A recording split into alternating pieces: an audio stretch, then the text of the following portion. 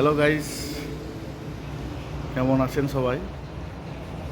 আশা করি ভালো আছেন, আমিও ভালো আছি।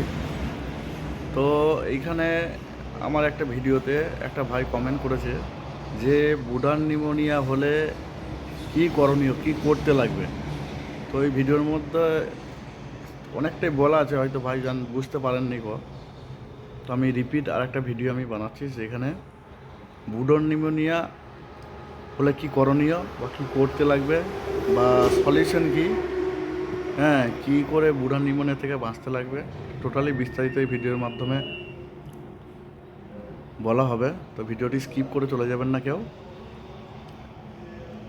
বুড়া নিউমোনিয়া মানে হচ্ছে ব্রুডিংয়ের ভিতরে আমরা যে ব্রয়লার মুরগির যে ব্রুডিং ম্যানেজমেন্ট করি, ওই ব্রুডিং থেকেই আসে। তো এর হাত থেকে বাঁচার জন্য আমাকে সর্বপ্রথম হচ্ছে পাখি যে আমরা ব্রুডিং করি, সেই ব্রুডিংয়েতে কিন্তু তুষ দিতে লাগবে। তুষ, ধানের যে তুষ আছে, সেই তুষ দিয়ে কিন্তু আমাকে মিনিমাম 15 দিন কিন্তু আমাকে বোর্ডিংয়ের মধ্যে কিন্তু ওই বাচ্চাকে রাখতে লাগবে। বোর্ডিংয়ের মধ্যে মানে ওই তুষের মধ্যে রাখতে লাগবে। 2 নম্বর হচ্ছে, যেহেতু নিউমোনিয়া, নিউমোনিয়া মানে কি ঠান্ডা, তো এই ঠান্ডার হাত থেকে আমাকে রক্ষা পেতে গেলে পাখিকে ঠিক মতো আমাকে কিন্তু টেম্পারেচার দিতে লাগবে। যেহেতু একটা হ্যাচারিতে আমরা চিক্স বেরোনোর পরে একটা পাখির যে একটা টেম্পারেচার থাকে, সেই টেম্পারেচার ফার্মে এসে কিন্তু সঠিকভাবে মেনটেন হয় না। সেই জন্য আমাদেরকে কিন্তু প্রপারলি টেম্পারেচার যেটা আমাদের বাচ্চার জন্য লাগে, সেই টেম্পারেচার কিন্তু আমাদেরকে দিতে লাগে। মোটামুটি 30 ডিগ্রি সেলসিয়াস আমাদের কিন্তু টেম্পারেচার কিন্তু বাচ্চাবেলায় দিতে লাগবে। সেটা ধীরে ধীরে আস্তে আস্তে কমে কমে সর্বনিম্নতে সেটা 25 ডিগ্রি টেম্পারেচার রেডি বার্ড হলে সেটা কিন্তু রাখতে লাগবে। তবে কিন্তু আমার মুরগি কিন্তু ভালো হবে, নাহলে কিন্তু ক্ষতির সম্মুখীন হতে পারে। তাই এর জন্য যাতে না হয়, আমাদেরকে কিন্তু ব্রুডিং ম্যানেজমেন্ট কিন্তু খুব ভালো করতে লাগবে, যেখানে প্রপারলি হিট থাকবে। আবার যেন কেউ যেন এমনভাবে হিট দেয় না যেন পাখি যেন পুরো সাইড হয়ে যায়, সেটা কিন্তু ভালো করে লক্ষ্য রাখতে। টেম্পারেচার কিন্তু খুব ভালোভাবে কিন্তু আমাদের মেনটেন করে লক্ষ্য রাখতে লাগবে।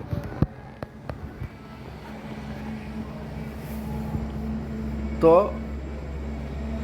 বুডার নিউমোনিয়ার জন্য আমাদের যেটা বললাম, যে ব্রুডিংয়ের ভিতরে কিন্তু রাইস হাক্স যেটা বলে তুষ, ধানের যে তুষ পাওয়া যায়, সেই তুষ দিয়ে কিন্তু ব্রুডিং অবশ্যই করতে লাগবে। সেখানে কিন্তু কাঠের গুঁড়ো বা আদার্স কোনো কিছু দিয়ে কিন্তু আদার্স কিছু দিয়ে কিন্তু ব্রুডিং কিন্তু করা যাবে না। সেই জন্য আমাদের খেয়াল রাখতে লাগবে যে ব্রুডিং করে যেন কাঠের গুঁড়ো দিয়ে যেন ব্রুডিং না হয়। মিনিমাম 15 দিন কিন্তু আমাদের লক্ষ্য রাখতে হবে যেন ধানের ভুসির মধ্যেই যেন বাচ্চা থাকে। 2 নম্বর কথা হচ্ছে, প্রপারলি হিট মেনটেন করতে লাগবে। বাচ্চা যখন হ্যাচারি থেকে আসে, তখন তার টেম্পারেচার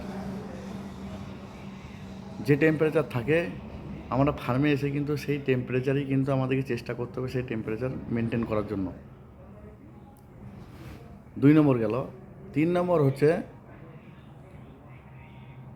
আমাদেরকে কিন্তু গুড ম্যানেজমেন্ট, যেটা ব্রয়লারের যে ম্যানেজমেন্ট দরকার, সেই ম্যানেজমেন্ট কিন্তু আমাদেরকে কিন্তু প্রপারলি কিন্তু বোর্ডিংয়ের ভিতরে দিতে হবে। 4 নম্বর হচ্ছে, যদি বাই চান্স নিউমোনিয়া হয়ে যায়, নিউমোনিয়া হলে কিন্তু এর কোনো ওষুধ নেই। তবে যদি আমরা সম্ভবত কমাতে পারি, কিছু মেডিসিন আছে যেগুলো দিলে তো বুড়া নিউমোনিয়া থেকে অল্প রেহাই পাওয়া যায়। কিন্তু বুড়া নিউমোনিয়া হলে যে একবারই যে নির্মূল হয়ে যাবে বা একবারই যে ভালো হয়ে যাবে, সেরকম কিন্তু কারণ না। তাই সেই জন্য ভাই আমাদেরকে বুড়া নিউমোনিয়া যাতে না হয়, সেই জন্য কিন্তু আমাদেরকে কিন্তু খুব খেয়াল রাখতে লাগবে। কেন বুড়া নিউমোনিয়া যদি হয়, আমাদের কিন্তু কন্টিনিউ লিফটিং পর্যন্ত কিন্তু, যেটা জল ধরার মতো অ্যাসাইটিস টাইপের মর্টালিটি কিন্তু কন্টিনিউ কিন্তু আমাদের কিন্তু ফার্মে একটা পার্সেন্টেজ কিন্তু ডেলি মরতেই থাকবে।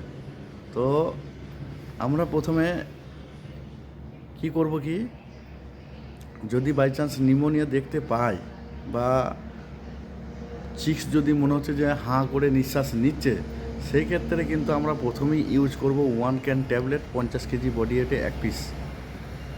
1 ক্যান ট্যাবলেট 50 কেজি বডি ওয়েটে 1 পিস, বা ফ্লুকোনাজল ট্যাবলেট 200 mg আছে, 400 mg আছে। আমরা ঠিক 50 কেজি বডি ওয়েটে 1 পিস করে কিন্তু আমরা সাত কিন্তু মোটামুটি 3 থেকে 4 দিন কিন্তু আমাদেরকে হিসাব করে কিন্তু মুরগি যে আছে সেই মুরগির বডি ওয়েট হিসাব করে আমাদেরকে কিন্তু নিউমোনিয়া ডোজ করতে লাগবে।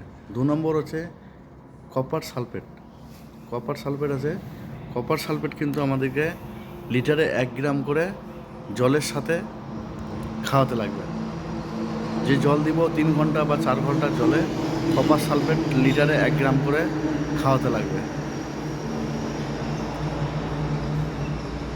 3 নম্বর পয়েন্ট হচ্ছে তাড়াতাড়ি যাতে স্প্রেড না হয়ে যায় সেক্ষেত্রে আমাদেরকে কি করতে লাগবে, পাখিটাকে জেন্টামাইসিন ইঞ্জেকশন করতে লাগবে। যে তাড়াতাড়ি হারে যে স্প্রেড হয়, নিউমোনিয়া হচ্ছে প্রায় 100% আপনার স্প্রেড করে। ঠিক আছে, আজকে হলো 5টা মুরগিতে, পরের দিন হবে কিন্তু 500 মুরগিতে। তো সেইটা কিন্তু আমাদেরকে ভাই খুব খেয়াল রাখতে লাগবে, তাহলে কিন্তু আমরা নিউমোনিয়ার হাত থেকে কিন্তু খুব রেহাই পাবো। এই দুটো মেডিসিন আছে, 3টে জেন্টামাইসিন নিয়ে 3টে। এক হচ্ছে ফ্লুকোনাজল বা 1 ক্যান ট্যাবলেট 50 কেজি বডি ওয়েটে 1 পিস করে দিতে লাগবে, সেটা 3 থেকে 4 দিন।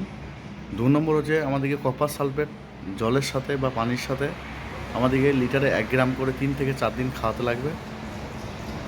3 নম্বর পয়েন্ট হচ্ছে আমাকে ভুসিতে, যে ভুসিটাই বাইচান্স যদি নিউমোনিয়া দেখা দেয়, আমাকে ভুসিতে ডাইরেক্ট 1 লিটার জলে 10 গ্রাম করে তুতে বা কপার সালফেট আমাদের কিন্তু স্প্রে করতে লাগবে। 4 নম্বর হচ্ছে পাখিটাকে সাথ আমাদেরকে অ্যামিকেসিন ইঞ্জেকশন বা জেন্টামাইসিন আমাদের সাথ করে দিতে লাগবে, যাতে এটা খুব তাড়াতাড়ি যাতে স্প্রেড না হয়, যাতে জেন্টামাইসিন বা অ্যামিকেসিন ইঞ্জেকশন করলে যেন স্টে হয়ে যায়। স্টে হওয়ার পরে কি হবে কি, আমরা যদি ট্রিটমেন্ট করি মোটামুটি অনেকটাই রেয়ার হয়, কিন্তু একেবারে বিলুপ্ত হবে না ভাই। ঠিক আছে, তুমি যে আমাকে কোশ্চেন করেছো, ঠিক আছে, যে নিউমোনিয়ার হাত থেকে বাঁচার উপায় কী।